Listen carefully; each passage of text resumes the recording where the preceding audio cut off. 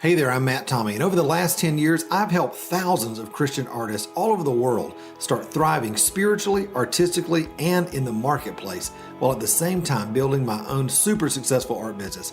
If you're ready to bust through the roadblocks that have held you back for years, create the work you love, and really live the life you know God created you to live in His kingdom, then you're in the right place, my friend. Now with over 500,000 downloads, you're listening to the Thriving Christian Artist Podcast. Well, hey there, my friend. It's Matt, and I'm really glad that you're here with me on the podcast today. I am so excited about this couple of people, incredible people that I'm going to be introducing to you today on the podcast. Frank and Kathleen Monteleone, who are from New Orleans and fellow Southerners, which I love. Although Kathleen's actually from Oregon via New York City, but that's a whole other story. But they are incredible actors, producers, people who are in the theater area of the world and really doing incredible things in the kingdom of God, not only through their own creative expression, but also encouraging other creatives, just like we are here on the Thriving Christian Artist, to be everything that God's called them to be in the kingdom. So you are going to love this podcast and getting to know what Frank and Kathleen are doing.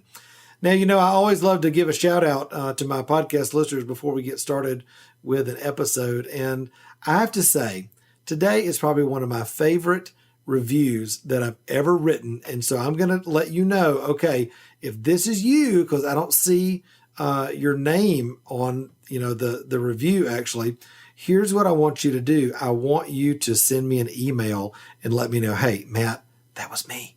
That was me that gave you that, that review, because I'm going to send you a little goodie. Okay. Now, if you don't know this, and you may not know this, but one of my favorite singers, musicians of all time is Elton John. I love him. Grew up playing Elton John and Billy Joel on my piano as a teenager and still do to this day on my Yamaha grand piano here at the house. I love his music. And so this podcast review today, you're probably saying, well, what does that have to do with Elton John? Well, here's the podcast review. It's entitled Gratitude, 5 stars, okay? And it says, hi, Matt, I know you asked for reviews, but being English, I'll quote Elton John. Quote, I hope you don't mind that I put down in words how wonderful life is that you're in the world. Much appreciation. I can't find this teaching anywhere else. And I listen and think, wow. And then I find the next bit of hope to keep going on the journey.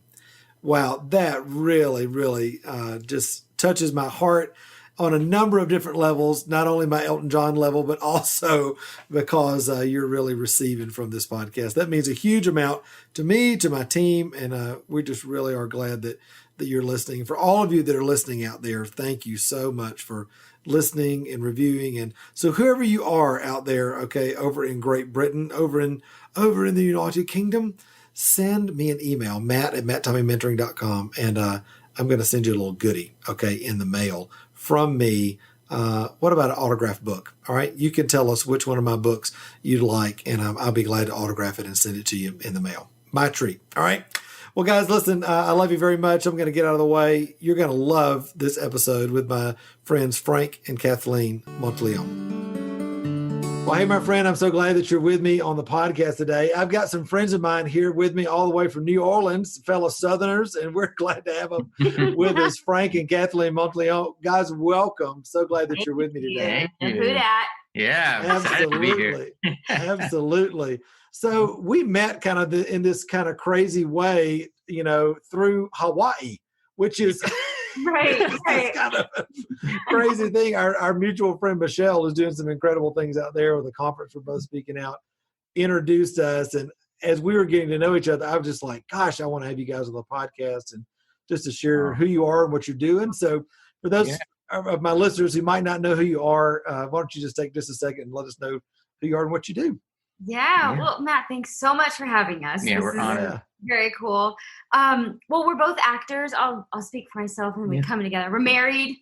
we're both actors. We met in school in New York. We've been there almost 20 years, hitting the pavement. I do a lot more theater and have leaned into that, Broadway and musical theater and singing.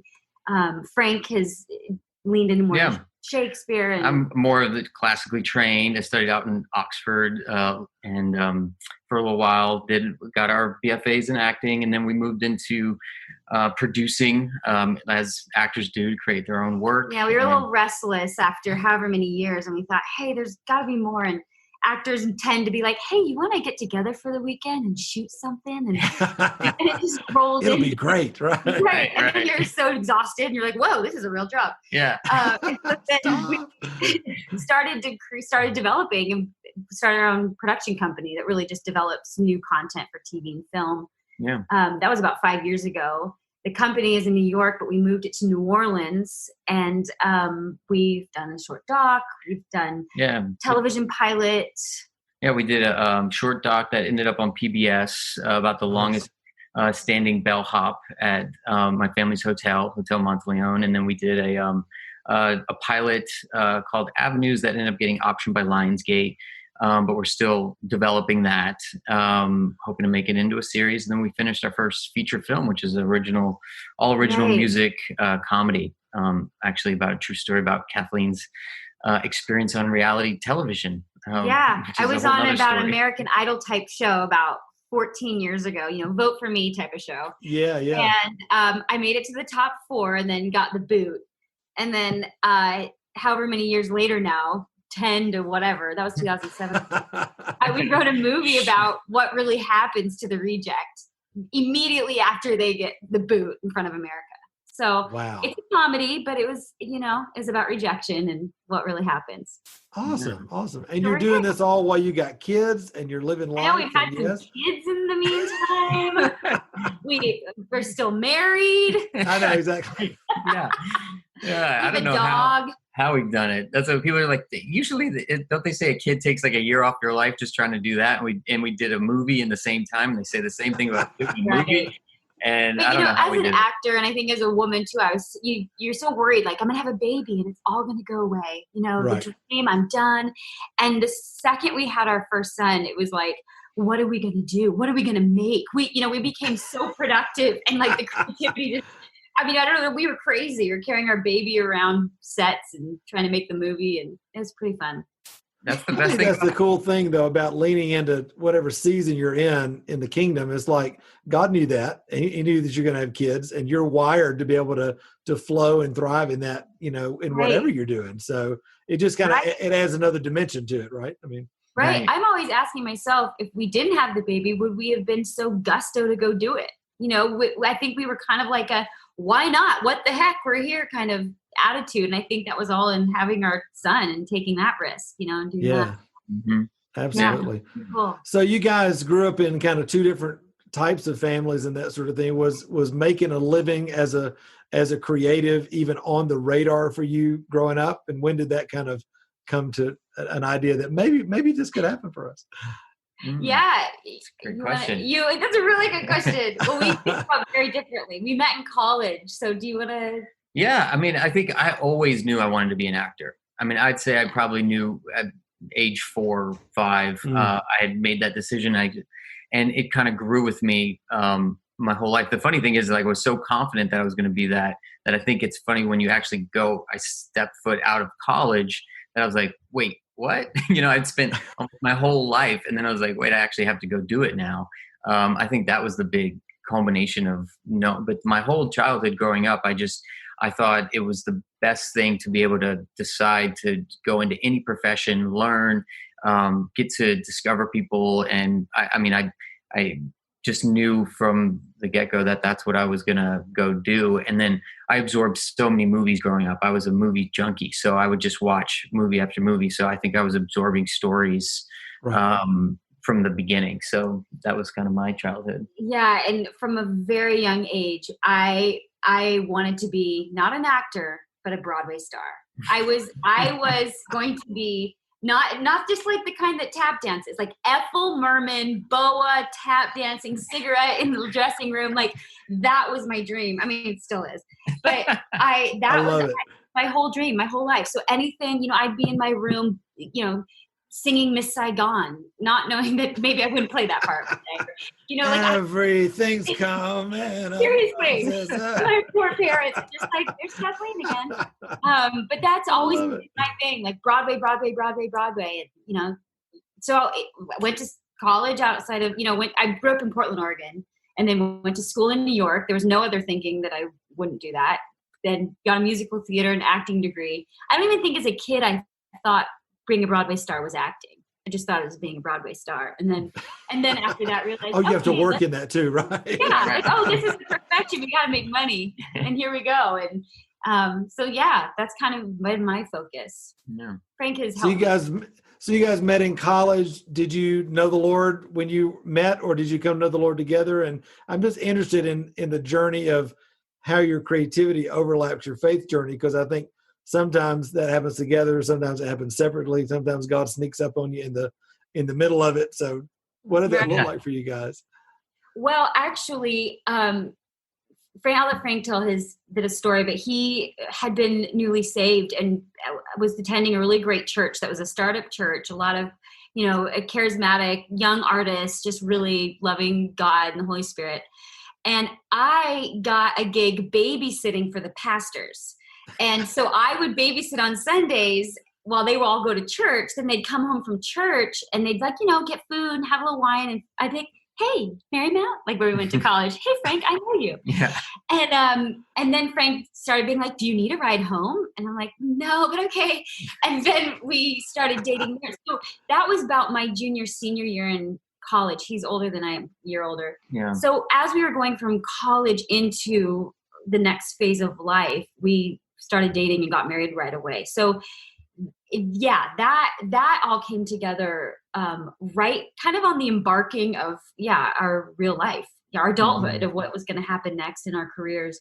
Yeah. And and I think I got saved going in from my freshman to sophomore year, actually right after 9/11. And I lived down at the trade towers. I lived like 5 blocks from there. So I had a whole encounter with God actually the night before 9/11 when I wasn't saved.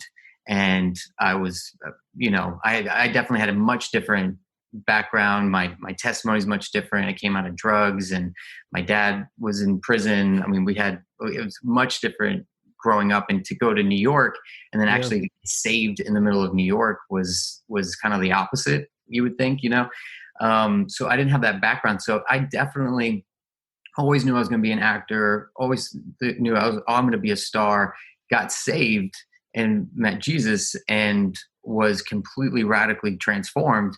And then it was kind of like, to your point of your question, it was like, all right, wait, I continue doing what I'm supposed to be doing. And then that journey, I was lucky to go through that a bit through college because it kept that basis of training and everything so that I could stay doing what I was doing. And I didn't run from doing, acting or what you think. But there's always been a journey of the appreciation of acting and my faith and how the challenges of that go hand in hand. And I think we kind of felt like we were going rogue by getting married so young because people thought we were giving up our careers because we were getting married young.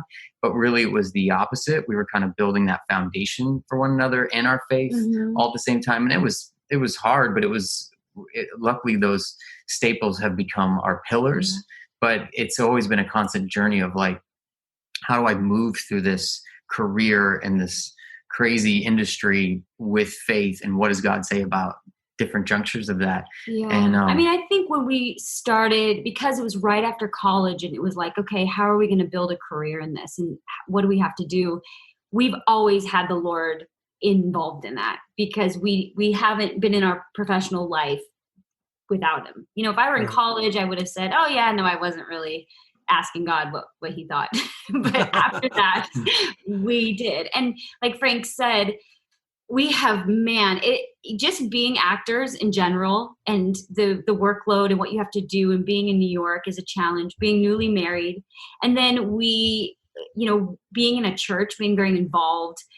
I did worship. Frank was in prayer. We were looking after the youth. You're just so excited about what the Lord's doing. And it just kind of can all be a lot. And we had to just, through our marriage and through our careers, mature and really go, what are you doing? What do you want us to do? And what is our position in the church as an artist? And we've learned a lot about that too. We're not fully arrived, but we're in it. We're leaning into what that is.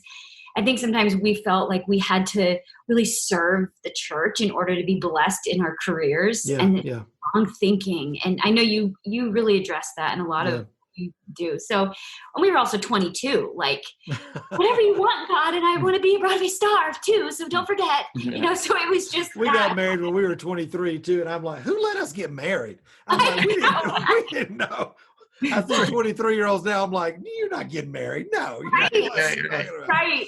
Oh my gosh. God works it out, right? He works it out. So. Yeah. Yes. It's pretty crazy. So yeah, God's been with us, and we're sharpening that. You've been so great listening to podcasts and hearing you and teaching us like really how to heal as artists going up through the church and places that we could be, and we did feel that we had an experience where we got taken advantage of, but I think with acting and having that as your centerpiece, sometimes that doesn't fit in every medium, right? So we find ourselves in funky venues where, like, I mean, this with art, it's like if I hang a piece of art in an alley, that's going to have a different value than I'm going to hang it in a gallery. Sure. And it just, that presentation and being looked after, well, sometimes as actors, you're just trying to do whatever, but you end up putting your art up in the most funky places, or, Easter shows or different things where, all the time.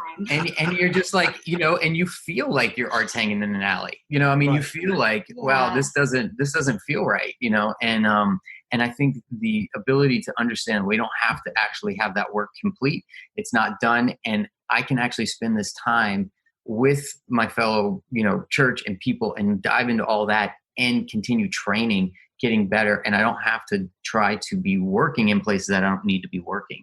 And putting it up, because you can kind of get caught in that grind of like, I'm just, and you're putting work up in places that shouldn't belong, really. Right. Yeah. Well, I think for all of us to learn that, God's our source, especially as creatives, as entrepreneurs, as people that are out there looking for our provision, hopefully by revelation of the Holy Spirit, where do I go and where do I hang my work? Where do I seek that out? But I think as you're saying, for a lot of believers, there can be that really dichotomy of, I love the Lord, but what I feel called to do creatively doesn't fit, quote unquote, the religious mold, or it doesn't seem spiritual enough and that sort of thing. And yet you look at Jesus, and the whole centerpiece of Jesus's ministry was story. Right. And I've got to think, as an actor, what a place of resonance that must have for you, because it's not just about churchy stories. It's not just about overtly religious stories, but it's about, I would say, and maybe you can elaborate on this, but using story as kind of the sneaky entrance to our heart, the trap door where God comes in the back and goes, gotcha. You didn't think you were going to get this, but now here I am working in your heart. So that's beautiful, right? Right. Yeah. No, we always call them glory stories. If even the story I just told about the Miss Saigon in my bedroom at 5, you wouldn't say Miss Saigon is maybe a Jesus churchy story, but it was a catalyst for the Lord to show me my calling and show me the gifts He's given me and dream about my future. And that music, that story was a glory story. It caught my heart. And Hamilton on Broadway, that may not be a Jesus story, but you can't tell me that's not a glory story of what the Lord did through people in our country and what He's doing through those creators of that, and Lynn, and who wrote that. So we're just always looking for the glory story. That's kind of been our new thing. Like, when do you watch a movie or see a piece of art or listen to a song and something changes and then you have to act? Like, whether it's like, wow, I need to listen to this music more. Ooh, I shouldn't put my hair like that. Or, even as simple as that, if it affects you and makes you want to act on that, to me is the Holy Spirit. Yeah, there can be the negative side of that too. But if it's a glory story, that's what we're always looking. And that can be faith-based content. It could be not faith-based content. So it's going all over the place. Yeah. Sorry, just to jump on that. It's like glory to translate that into stuff that doesn't actually maybe have a Jesus message, or glory stories to us are moments. You watch a film for a moment, And it's that those moments are relational. They're powerful. A father with a son, or a moment between a marriage. And that's what's so crazy about our industry is like every story begins with conflict. Like what you're saying, that is, it has to be fallen. Like when we go to write a story, it's all about how tight can you build that prison around the lead character. It's like you're in prison, there's something bad that's happening. And you're looking for the moments relationally that we all just hit our hearts. That's cool. That to me is glory translated into God's world.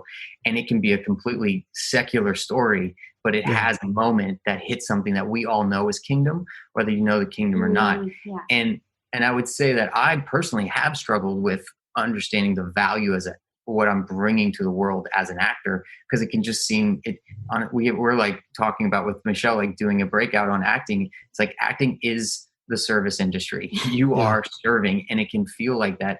And Jesus I felt a word from God about how it really is about walking a mile in another man's shoes, because you have to, but the point about doing that, because we hear that all the time, but why the value that comes from it is our ability as actors. We have to be able to walk in someone's story without judgment. You can't portray a man's story or woman's story without with judging it at the same time. Yeah. And so when you do that, you see stuff that you've never seen before. And that to me is where we're able to go, oh, I can be walking into any kind of story, doesn't matter what it is, but I can be doing something that Jesus would do with this story, with this person, with this moment. I've heard you say this phrase, peace in the incomplete. And I think about that, especially and maybe this is different than how you would position this, but one of the things that I've really had to come to terms with, and I'm really passionate about helping other artists come to terms with, is that I really believe that God cares more that we create than what we create. And that our job is to be people that are doing the thing that God's created us to do and planting the seeds for us in the context of creativity, and then trusting that prophetic act of agreeing with heaven and doing the thing that He's called us to do is inherent in itself prophetic. That, and so this limiting idea of what prophetic art or Christian creative expression is gets blown out of the water. But I think at the same time, you have to have this piece in the middle of your heart that says, I'm going to do this thing, and it may not be transactional. That is, I may do it and I might not see the fruit. I might act, I might sell this piece of art, I might create this, and yet it might not show up in its fullness, the result of that. But it might be a place, a moment, if you will, like you said, along somebody's journey. And am I willing to be okay with that? Right. Yes, it's so true. It's a revelation I got actually in what I'd say is probably my one life encounter where I felt experienced Jesus a lot, to where I attest when you share your story about laying on the ground and hearing God say, raise up an army of artists, right? I had that type of encounter with Jesus, and where I did feel like I got to ask him a question, which was, what was it like to walk on earth? That just happened to be the first question that came out, wanting to get to know him in that moment. And I love that thought, because sometimes we don't know actually what we want until we're faced with like the presence of God, and then all of a sudden you find a desire or something you didn't even know. And in that moment, I would say, I mean, what I heard was that it was painful. It was incomplete. And what hit me with that was that Jesus was able to walk here on earth in peace, and it was all incomplete to him. And it will be all incomplete until he redeems his kingdom here. And that's the promise. And we as artists get words of faith. We get mustard seeds. We get vision. We get things that are directly gifts. They are the currency of the kingdom in our heart. We get to see them, and we see a version of completeness. And that's so frustrating when you open your eyes and like the presence starts to go away, and you're like, wait, how am I supposed to make that? What am I supposed to do? I can't, this is all incomplete. And Jesus' calling is to walk in the incomplete and find that peace. And I think it's a lifelong journey for us to do, because and that's why I love what you say. It's not, it's just that you are creating, because we also forget that we are his work, right? Yeah. So we are his expression. So like, this is his creation here on earth. Is like, let your will be done. So go and create, and with all of those things. So I think it's a journey of finding what your piece is while you're getting all of the stuff that you're seeing as an artist, and you're getting, downloads or words or visions of what you want to create, and just hold it and know that the mission is to be on a peaceful journey with it. And like you said, it might not ever be finished, or there's a version of it that gets finished here and it will be perpetually moving into the kingdom. That's the goal, right? That we create things that go into into eternity. So that's that was hopefully you get to heaven and the Lord says, I really love that thing you did. I love that scene. I love that whatever. Right. Well, and to realize that God's not nervous with the incompleteness. I think that was such a freeing thing for me, is that, you look at what Jesus did of walked with, spent 33 years on earth. 3 of those years now he's in ministry. He's walking with 12 guys who obviously did not get it. And then leaves the whole thing in charge with him and says, don't worry. That by its very nature is the kind of reckless faith in himself, in the kingdom that he's left inside of us, which is so powerful to me. So powerful. Yeah. And I love it. It comes back to the parable of the talents, because that's his response to when they thought he was supposed to bring the kingdom in Jerusalem. They're like, well, you're going to arrive and be in Jerusalem, and the whole manifestation presence of, the whole kingdom's coming. And he's like, this is what it's going to look like. You got 10 guys here, and I'm going to give you all. He gives every one of us a piece. And he says, and we all dig holes. Not all 10 of those guys have holes they could have put their stuff into. And we forget that's faith. They walked out with faith. They didn't know it was going to get done. They didn't know they were going to come back with 5 times, 10 times. We forget they had to go risk. It says they rewarded those with faith. So they risked what they were given, and we risk when we're given a word to go do it. And that's what's so scary. Yeah. So it's so easy to put that word and just tuck it away and be like, that was for me. And then go try to make something of yourself. And you forget you're actually trying to go do it. And he's giving you an inheritance, which is the word that he gave you to go do. So we all have that, it's all in us. Yeah. That's so good. So creativity by its very nature is risky. We all know this, right? And I think anytime we put ourselves out there, there's the opportunity to get hurt, to have our perfectionistic tendencies rise up and that sort of thing. Sometimes that even happens in the context of church. I know you guys have been through junk just like I have. How do you keep walking in a faith community or toward that promise of the kingdom when you do get hurt and when you go through situations like that are not the easiest? Oh man. That's the biggest question. I don't know. I don't know if it is. I've always thought it was an artist thing. We always say that, like, I can't do anything else. I am not my art. I know I am separate. It's not my identity, but it is something that God has given me that it just keeps my heart beating. And so we've gone through so much rejection, as so many artists have, as actors. But when we made this last movie, man, was that hard, because we really stepped into something we'd never done before, where we have always just been the ones acting, but we wrote this, we produced it. And it was huge. And there's just tons of feedback. There's tons of opinion. There's a lot of people that don't like it, a lot of people that don't get it. There are a lot of people that love it, and you just don't know what to take in.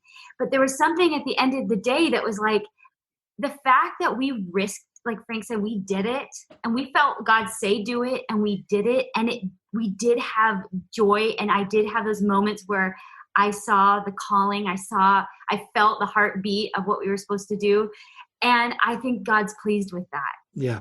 And that keeps me going. That I actually like that I can say I am a risk taker. I do put it out on the line, because it is comfortable to be the other way.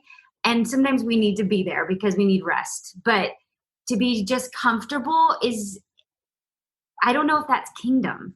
I think kingdom is get your hands dirty and trust God. And we do have each other in this. We do have a community of artists, honestly, from our old church that we've all grown up now, and we're later, and we can support each other. And we just remind each other that the constant reminder that our work is not who we are is going to be our whole life. That has to be told to us every day. But to keep moving and walking, I think it's just because it feels like it's our dream. It's the thing that as a kid made us come alive. And I would also say it's like, have a safe place to where you can just air your insecurities through it. Yeah. Because I think it's okay, and it's actually healthy to just say, wow, like I love when listening. It's like sometimes, comments or things you put something out, and it could literally just be a post that you write, and it's like, and you didn't expect that kind of reaction or stuff. And you just I just turn to Kathleen, or just have the person I can call and be like, was this stupid, or is this all right? And because I think it's a kind of a natural thing, but we also get through it, and then we grow with each one, and then it becomes less, or and it just helps to be like, have someone that you can trust that always is not going to give into the insecurity, but they're going to allow that place to be a safe place, and then you come out stronger. And I think we do, that's a version of it. And there's also a letting go of the result that I think with this movie, I've definitely learned, like, I'd be like, I know what I think success would be here for this. I know exactly what I would call success, but God, you have a plan. And because it came from a place of faith, because it came out of something that we risked from faith, I have such a trust in the result being in his hands. And if I can let that go, and then I can let a safe place for my insecurities go, I usually come out, and we keep going as a result. Chris Valentin just posted something that said, don't dig up a seed in doubt that you planted in faith. Hello. And right. And I think every time we get rejected, every time we hit a wall, every time we get scared, whatever it is, I go back to the moment that we said yes to it, and we decided to do it. Even as an actor, no, I actually had a really good audition. Wow, no, actually I felt really good about that song. Why am I going crazy pants in my head right now? And, because that was faith. That was a moment I took the gifts God gave me, and I did stand there and worshiped him in what I did, and loved it, and had a great time, and felt most myself. And that to me is the seed in faith. And so I can't afterward continue to go and pull it out because, I'm from the voting world. So, some guy in the Midwest, I just don't get it. Singing. That was kind of the start of my career. So maybe the Lord was in on that. Like, hey, let's get a foundation of just some nasty commenting. The internet wasn't even saying yet, but still. Yeah, I always tell people, I'm like, you want to grow your faith? Start running ads on Facebook, because you will immediately know what people think of you, and you'll get to deal with all the little insecurities that might be in your heart. So maturity by Facebook ads. So, well, listen, guys, one of the things that, we kind of bring it to a wrap. I know that one of the beautiful things that always happens in the kingdom is that as we're faithful with little, God makes us ruler over much. He begins to increase our influence. God's opening a door with Ed Silvoso's work that he's doing with Transform Our World, and bringing you guys into a place of influence with other creatives around the world who are passionate about doing what they do in the marketplace. So talk a little bit about that and why that's just so important for all of us to do what we're called to do in the marketplace. Right. Yeah. I would say we are so blessed to find ourselves in Transform Our World with Ed and Ruth Sposo. They have taught us how, and have really just edified us as artists, that we are marketplace ministers, and we are doing the Lord's work wherever we go, in whatever room we're in, and we bring that kingdom and learning that, and then the ability to actually shift ourselves into a service mind frame into the industry, and how we can come at our industry and our fellow artists and people that we can find our ways to serve, and be that place to actually see, honestly, the word come to life, which is, to humble ourselves, to pray, to declare his name, and to actually see healing, and hear what he's saying has been such a literally transformation for us, because really what it's all about there for us is doing that for ourselves, doing it for our family, and then it moves into our sphere, as you talked about, as who is around us, and we're doing that. And yeah, I mean, I think it's the reason why we love it. I think coming from our background too is that it's true teaching of how to partner with Jesus in what you're called to do. Yeah, and that it doesn't start in the marketplace. It doesn't start in your career. It doesn't start with your customers or your audience. It starts in you, and it starts in your family. Yeah, and then and they're just so healthy about that. And they teach on how, like, what strongholds do you have? Like, what are you wanting? And he poses these questions, like, if it says 2 or 3 are gathered, and you humble yourself and you ask Jesus, and he'll give it to you. Well, why isn't it happening? Like, he's just so practical. Like, let's really look at what the Lord. Dig, right? Let's see what's going on. Yeah, like, hey, we did it. Where is it? And so, he's just giving these great teachings of really, like Frank said, edifying who you are. Like, we're from a background, you have to be in the church or you have to be an artist. And then how do you serve both and do all that? And then this is just like, no, you're doing it. And how do you make Jesus your CEO? How do you get divine strategy? How do you, I'll pray before working on an audition and get a clue about a character. And like, what? Oh yeah, she probably did that. And just little things from little to big. So the transform part has been amazing teaching. And then the marketplace part is really where the gold is. And what we're excited about is, like, literally they've been doing it. They have amazing testimonies around the world, literally about business, education, government, all this stuff. And we went into it, and we have great friends that brought us in, and there's nothing on arts and entertainment. And we're like, these guys are artists. That's an architect. He's an artist, exactly. Like talk about this stuff. We're like, everybody's testimony started with, I watched a movie and learned how to pray. Yeah, exactly. Like, well, here you go. Or what Kanye's doing on his album. I'm like, okay, we're the artists here. Yeah. We shift culture. We tell people how to think, what to wear. Yeah.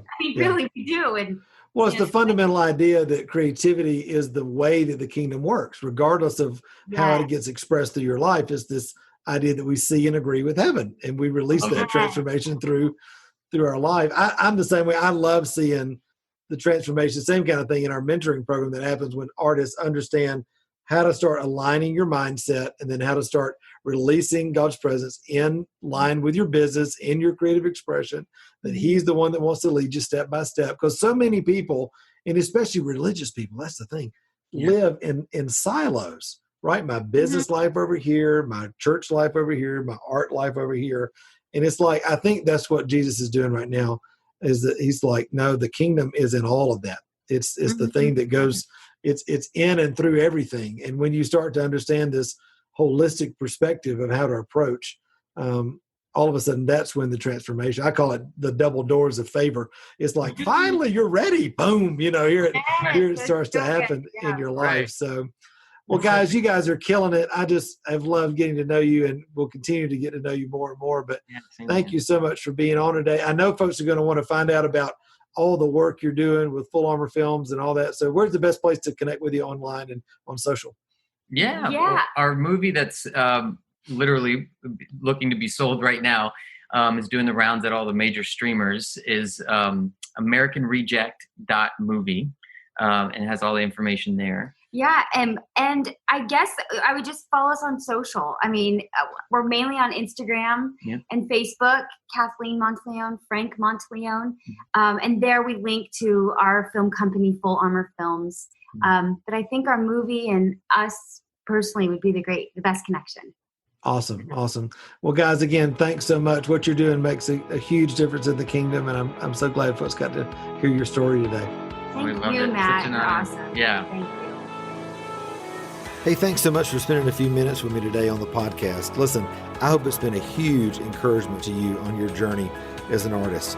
Hey, also, before you leave, make sure to hit the subscribe button so you don't miss any of the other episodes of the Thriving Christian Artist podcast. And also, be sure to connect with me on Facebook, Instagram, or at my website, which is matttommymentoring.com. Until next time, remember, you were created to thrive. Bye-bye.